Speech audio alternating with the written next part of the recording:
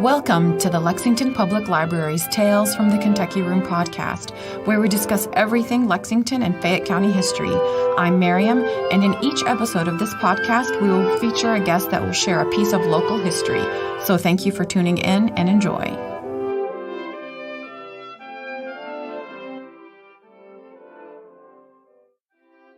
Good day, everybody. Thank you for joining us again. Today we have Rand Dotson, who has previously taught at UK and at Louisiana State University. He taught history.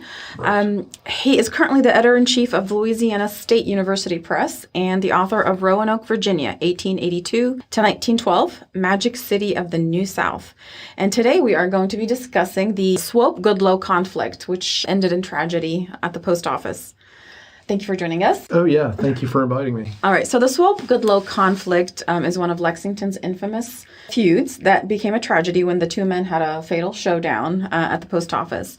But before we actually discuss the showdown itself that happened, can you tell us a little bit about the two men and who were they? Sure. So they were William Cassius Goodloe, who was from a very prominent, well-known Lexington family, very aristocratic, wealthy, and Armistead Swope, who was from Lincoln County in rural, about 50 miles from Lexington. Yes. He grew up in the rural countryside. Goodloe, his great uncle was Cassius Clay, which is where his middle name comes from. He was called Cash Goodloe. His name is William Cassius Goodloe, but I think his friends called him Cash for short.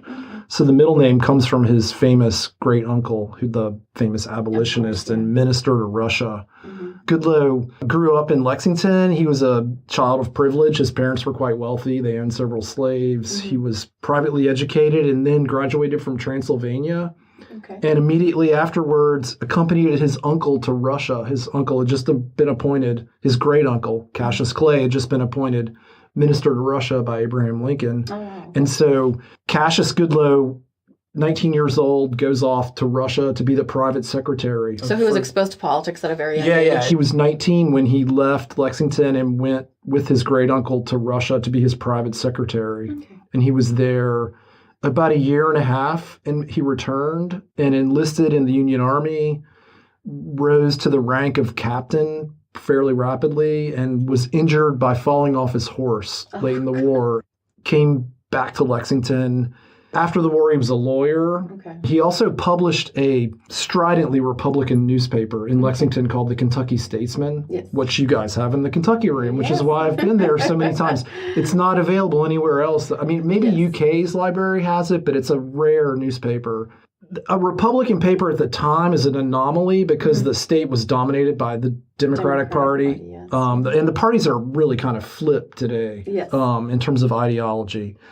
So he was a lawyer, he was the editor of the Kentucky Statesman, and he got into politics as a Republican politician. He was a devout unionist. His parents were unionists. Even though they owned slaves, they were opposed to leaving the Union. His parents were Republicans. He was a very strong Republican. He ran for office in the early 1870s, and he was actually elected, which is also strange. Republicans didn't do well. He was first elected to the legislature, and then he was elected to the Kentucky Senate. And part of the reason was that at the time, African Americans in Lexington had just received the right to vote through the 15th Amendment, and they voted Republican. And he was able to capture those offices with their vote. By the mid-1870s, their vote is gone because Lexington instigated a poll tax for everybody so they could get around the 15th Amendment and say, we're not keeping you from voting based on the fact you're black. We're keeping you from voting based on the fact that you can't pay this $1.50 poll tax, which doesn't sound like much, but that's a lot. The equivalent would probably be $100 today. I don't know the math. He was a very prominent lawyer. He was a Republican politician. He published this strident Republican newspaper. He was elected to office twice. He rose very rapidly in the Kentucky Republican Party, and he became a national figure in the Republican Party very quickly. He had this really rapid ascent in Republican politics.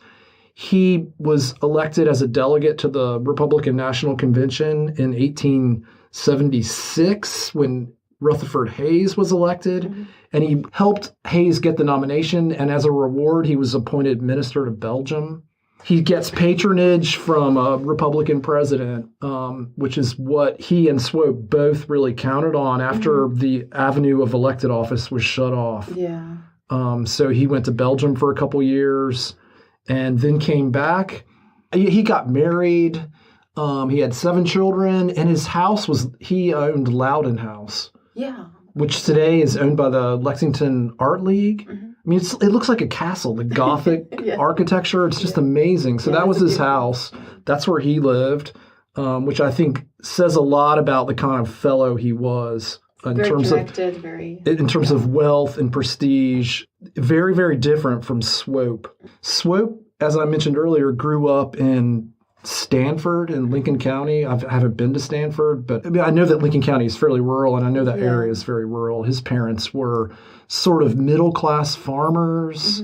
He received education through his family, and for reasons that I have yet to been able to figure out, in 1861, when he was 16, he left and moved to Indianapolis to live with relatives or to attend school. I haven't been able to figure that part of the story out. So he was gone during the Civil War, and he came back afterwards and went to UK for a year. Then he moved to Paris and studied law under a judge in Paris, Kentucky. Yeah. People always get confused when I say, yeah, I'm going to Paris this weekend.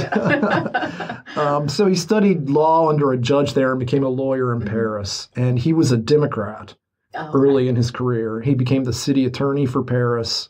He never served in the military, but somehow either he created a myth about his military service or someone suggested that he had been in the military and risen to the rank of colonel, and he didn't disabuse them of that notion. Didn't correct them. He adopted this name, Colonel Swope. Goodloe was a captain in the Union Army, and later the governor of Kentucky commissioned him a colonel. So he's a legitimate colonel. I mean, in this period, everybody's called colonel or general or captain. Not necessarily by actually serving. Usually they had served, but Swope didn't. But this story about his military service emerged, and he apparently did nothing to dissuade people from believing that he had risen to the rank of colonel in the Union Army during the war, which was a complete falsehood. He was kicked out of the Democratic Party for supporting the 1875 Civil Rights Act, which was unpopular with the Democrats, and he became a Republican in Paris, ran for office a couple times and was defeated. Also was a delegate at that 1876 Republican National Convention and helped Hayes get the nomination, and his reward was he was made Collector of Internal Revenue. Those are the guys who collected the tax on distilled spirits, which was, of course, for Kentucky, that's a big job. Yeah, very big. He moved to Lexington. That was a patronage position. Rutherford Hayes had to approve it. And it's a really plum job. It's sort of a part-time job that pays really well. He could still be a lawyer and be the IRS collector. And it allows him to hire 30 to 50 folks who manage collecting the taxes. So he can dispense patronage as well. So he was pretty powerful. Yeah, his ascent. So I still don't. I found a few letters in the Library of Congress where folks are talking about him as a candidate for federal jobs. I haven't put together the link of how he is able to go from this small-time lawyer in Paris to getting this really prestigious patronage appointment in Lexington. It was the 7th District, which covered a big chunk of central Kentucky, but it was headquartered in Lexington, which is a really powerful job. So he arrived in Lexington at the same time that Goodloe was leaving to go to Belgium to be minister. And that's how they both ended up in Lexington. And that's a little that's a little bit about their background. I would say that Goodloe's rise in the Republican Party is easy to explain and identify, but Swope's is sort of, he took sort of a side door in. Because he didn't have those same connections that... Right. Didn't have the education, didn't have the family connections, didn't have the wealth, but very rapidly he rose to be on par with Goodloe in terms of, they both became very powerful Kentucky Republicans in the party itself. They were seen as two of the leaders of the Kentucky Republican Party. Okay. So how did their paths cross? When did they meet? So when Goodloe came back from Belgium, their paths crossed then. Swope actually apparently asked him for introductions around town, which is what you did at the time. He hoped that Goodloe would take him around and introduce him to powerful people in Lexington, and Goodloe turned that request down. So that, I think, is the beginning of their disagreement, their feud. What happened to make this friction kind of start to bubble up? Yeah, so that's an early indication that they're not going to get along. I think when Goodloe came back and Swope had assumed this powerful position of collector, which is a patronage position, and he had risen to become a very prominent Republican, there's a certain degree of jealousy there, I think. Goodloe, I'm sure, believed that he had earned his spot in the Republican Party because of being a unionist, fighting in the Civil War, publishing this Republican newspaper, doing all this really difficult work for the Republican Party, which was really unpopular at the time. His life would have been much easier if he had stayed out of politics or been a Democrat. I mean, being a Republican was not, in terms of your career, I mean, it just was a very unpopular thing to be in the 1870s and 1880s. Especially in Kentucky. That's right, here in Kentucky especially. So I think their conflict stemmed from, some jealousy on the part of Goodloe to find someone who he would consider perhaps, a country bumpkin or whatever terminology you want to use, being seen as his equal on a political level.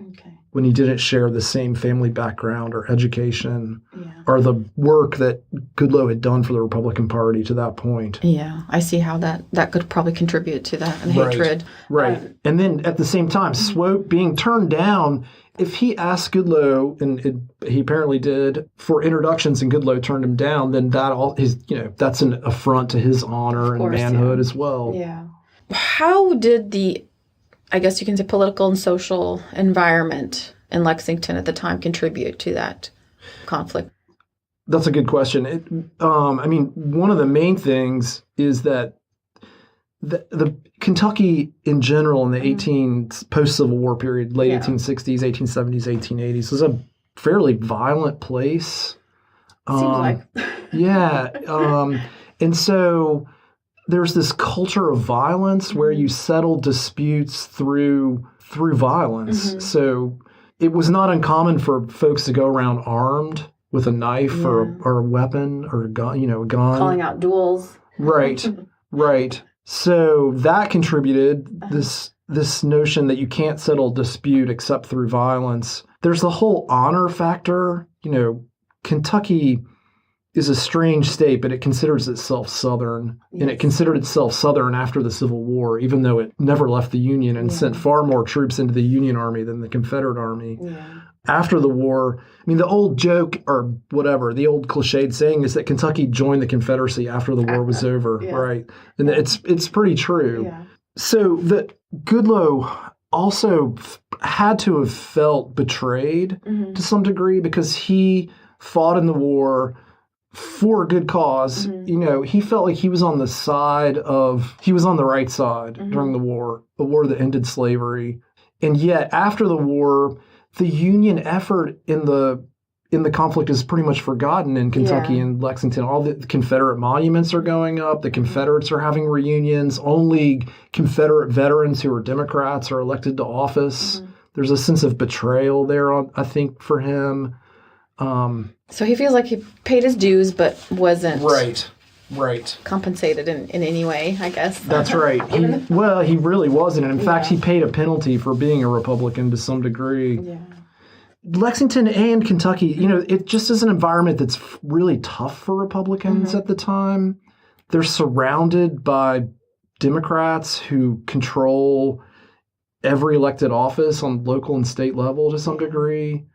And the only way to really survive as a Republican is to get patronage from the federal level. And so Swope and Goodloe are both going to Washington at various points and lobbying to be appointed to be recipients of federal patronage.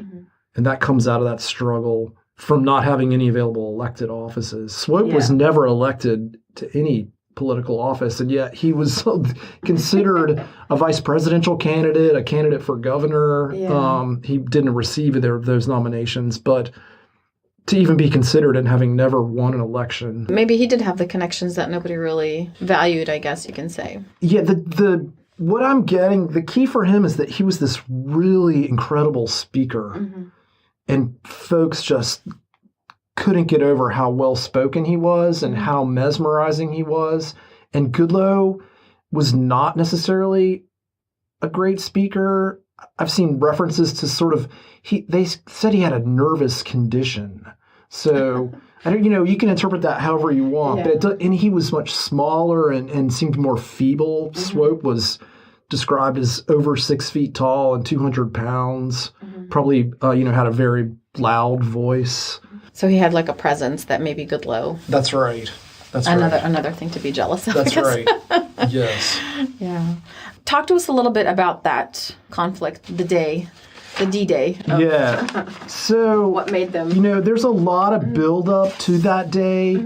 Not much has been written about this conflict, and what has been written was done in the early 20th century, and it's just not really accurate. It's just, pretty much someone looked at the newspapers from that week and then wrote about it based on what they saw in the paper. But they don't go back and sort of try to figure out how they got to this point, which I think is important. Yeah, we actually have a file of just the newspaper articles just about this incident. Just the day, right. It's just it was like a Friday at 2:00. Yeah. So it just so happened that their post office boxes were beside each other in the post office. Swope went in to get his mail, and Goodloe also entered the post office to get his mail shortly afterwards, and Swope was blocking his way to his box. Okay. And he asked Swope to move out of the way. He said, you're blocking my way. I need to get to my mail. And Swope said he didn't care if he was blocking his way. And that's all it took. Yeah. And then, to me, it sounds like Goodloe pulled the knife first, like he was the aggressor. Yeah. Because the backstory is there are several potential instances where the same thing could have happened. Yeah. Even a year prior to this, they had a huge falling out in the lobby of the Phoenix Hotel. And this was documented? Oh, yeah. Okay. And everybody thought that they would stage some kind of duel then, but their friends interceded and were able to calm things down. Okay. And they agreed to they both apologized, and they both agreed to never speak to each other again. And you can go back further from that. There are other flashpoints where they almost came to blows. And it was on this afternoon in November where that groundwork had already been laid, but that was the spark. The final, Goodloe said, this is the third time you've insulted me. And that's when he pulled his knife out. Like, he couldn't, to live in a culture of honor, like he and Swope both did, to feel like you were insulted and your family name is insulted was intolerable. Yeah. Right? They probably both felt trapped at that point. If either one of them had backed down, they would have been seen as a coward, and their political careers would have been destroyed, unfortunately. So he pulled out a knife, and Swope just happened to be carrying a gun. He was actually worried that this Democratic politician was going to come to blows with him. They had a newspaper feud in the weeks leading up to this. So that's why he was carrying a gun, for protection against this Democrat who he was in conflict with. And I've read all the eyewitness accounts and all the newspaper accounts, and it's all kind of blurry. Everybody sees something a little bit different in terms of who did what first. Okay. But I think Goodloe pulled his knife first, and Swope pulled his gun. And then what happened, we do know that Swope fired 2 shots. One of them hit Goodloe. One of them hit a mailbox.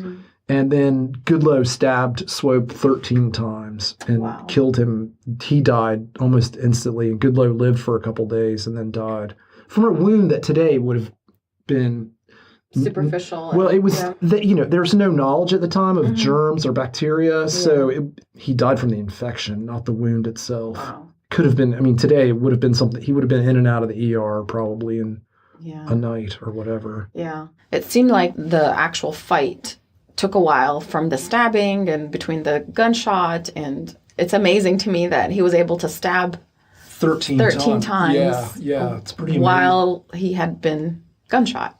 Right. Right. Yeah. It's amazing. I guess adrenaline does that. Yeah. I don't know. Yeah. It sounds utterly terrifying. Yeah. Some of the stuff that I read seems to be very, very detailed, but like you said, it's very murky depending on who they spoke to. Right. The post office worker or the lady that was in the post office. That's right. Yeah. There were several witnesses and there was an inquest.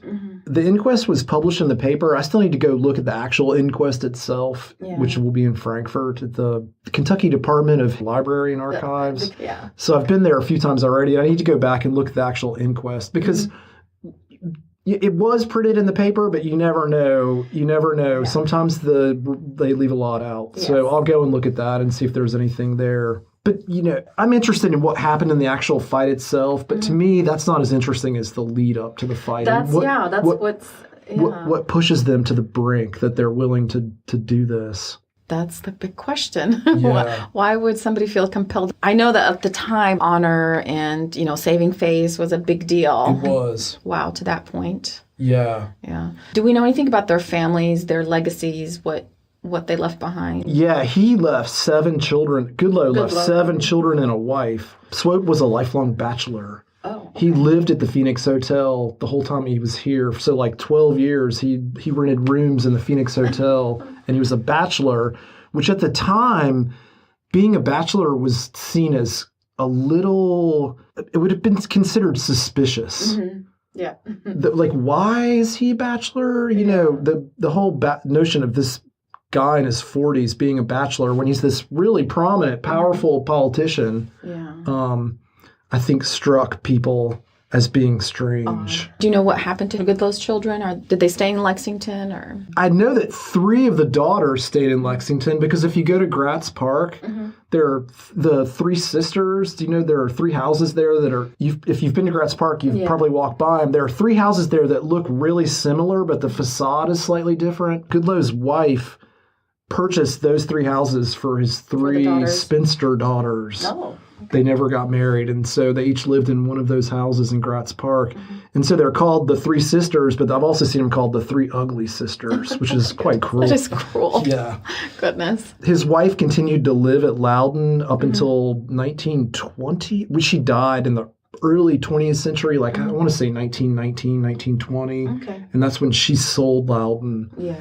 And it eventually passed into the city's hands. Okay. What sparked your interest in this particular story? I mean, you're an editor of other academic works. Right. I was actually working on another project, and I was looking at the New York Times, and I just so happened to be looking at this run of November 1889 New York Times, and I was living in Lexington at the time, and I came across a headline, this really sensationalist headline in the New York Times, front page, stabbed to death, Colonel kills Colonel, Lexington, Kentucky. And I read the story and I was like, what is this? Yeah. And I assumed that it had been written about because it was a national event, which I didn't know at the time. Yeah. It was a huge deal in the time that it occurred. And today it's been largely forgotten. I mean, truly, almost completely erased. Yeah. Unless you're really interested in Lexington history, most people haven't heard of this huge blowout that happened at the post office. Or if they know about it, they just know that these 2 guys killed each other. Yeah, nobody knows why. Right, and so it was called the Lexington tragedy. Yeah. And I followed the story in the New York Times for the next few days, the next few issues, and it was kind of like falling down a rabbit hole because as soon as I started looking, I was like, well, I wonder why they did that. That's so strange. And I just stumbled into it and became interested and kind of couldn't stop. And that was a few years ago. That's kind of what happens when you look at our microfilm over there. Right. You just kind of get started and you just can't stop. Yeah. Right. My problem with looking at microfilm is that I know what I'm looking for, but there's so much else that's interesting. I'm like, wait, what is that? No, wait, stop, go back. Right. Yeah, pretty much. So I've been to the Library of Congress. There are neither Swope or Goodloe left papers behind. Okay. Goodloe, there was a book about his great uncle's experience in Russia published in the 1930s, and there are annotations that list Goodloe's papers belonging to a relative in Lexington in the 1930s, but they were never deposited in an archive. I see. And I've done only a little bit of research trying to figure out who might have his papers. they could be out there somewhere. One of his sons became a pretty famous politician, and another one ended up on the West Coast somewhere. So I'm going to dig a little bit more, but, it's like looking for a needle in a haystack. It's hard to know if those papers still exist, what happened to them. Yeah. So I think one of the reasons that no one has really looked at this story is because neither guy left behind really anything at all. But they did write letters to significant politicians from Kentucky who had national office and from Ohio as well. So I looked at John Sherman's papers, John Harlan's papers, and Benjamin Bristow's papers in the Library of Congress. And I found a ton of letters from Goodloe and from Swope to these guys. And then copies of letters that they wrote back. Yeah. So this is in their quest for seeking some sort of federal position. Right, or just talking about politics in general in Kentucky. So that's a really fascinating window onto their thinking in the period. The letters, unfortunately, don't carry much into the 1880s, but it gives me some insight into their background. Newspapers are a great source, and Lexington, fortunately, fortunately for me and also unfortunately for me, there is a miles of microfilm newspaper for this period in Lexington because there were 3 and 4 papers operating simultaneously, and they're publishing every day. So, I mean, at the time, if you don't like what one newspaper is publishing, they start their own. Right. Pretty much. Right. And so I'm making my way through those, and I've done some work at the Kentucky Department of Library and Archives, at the UK Special Collections. So it's keeping you busy. Yeah. It's at some point I think I just need to stop and start arranging my thoughts and writing. Okay. It's easy to just keep going. You could research for. This is what I tell my authors sometimes when they're telling me about all these sources that they still need to look at and all these secondary new books have just come out. I need to read that. It's like, well, this could be open-ended. You could make it your life's work and never turn anything in. So you have to decide where you're going to stop. Yeah, because eventually you have to put it all in order. Like we previously mentioned, you are the editor-in-chief at LSU Press. Can you talk to us a little bit about what kind of works they've published? Sure. We do primarily Southern history, and I work remotely from Lexington. Working remotely is becoming more common now, but I've been doing it for, I guess, 6 years. When I first started, it was seen as kind of strange. Yeah. But as an acquisitions editor, I could do my job anywhere. And I'd worked in Baton Rouge at LSU Press for about a decade before that. I acquire academic Southern history books. I see. And I did my doctorate in Southern history. And so it's a really good fit in terms of being an acquisitions editor. Okay. We publish books primarily written by PhD historians and read by PhD historians. Okay. But we also publish more sort of general interest level books. I was in the Kentucky room last month and you had a display of Boone books, Daniel Boone books. Yeah. One of those was an LSU Press book that I acquired. Oh, wow. The Meredith Mason Brown Daniel Boone book he was a lawyer, but it's still, the book is written, it's heavily annotated, excellently researched. It's written like an academic book, but for a general audience. Yeah, I was looking at some of the profiles. You have a lot of books about women in history and Southern history and their contributions that are a pretty good collection. Lots of Civil War history. You'd think that Civil War history would eventually stop being of interest and stop selling, but it just doesn't. I mean, there's something about that period I think is of interest. Right. If not locally, then I think on a national level, definitely. Right. So, yeah. Right. Well, thank you so much for talking with us. Sure. We enjoyed it, and thank you for being an awesome Kentucky Room customer. Oh, thanks. I'll be back. I still have many years of newspapers to go through. We'll be glad to see you. Yeah, thank you. Thanks. Thanks for listening to Tales from the Kentucky Room, a podcast brought to you by the Central Library's Kentucky Room staff at the Lexington Public Library. If you enjoyed listening, please take a minute to subscribe, rate, and review the podcast on Apple Podcasts and Stitcher. If you have any questions about local history or genealogy research, you can visit us in the Kentucky Room to use our collection and newspaper microfilm. Or you can email us at elibrarian@lexpublib.org. That's elibrarian@lexpublib.org. I'm Mariam, and we'll be back with another trip down Lexington's memory lane.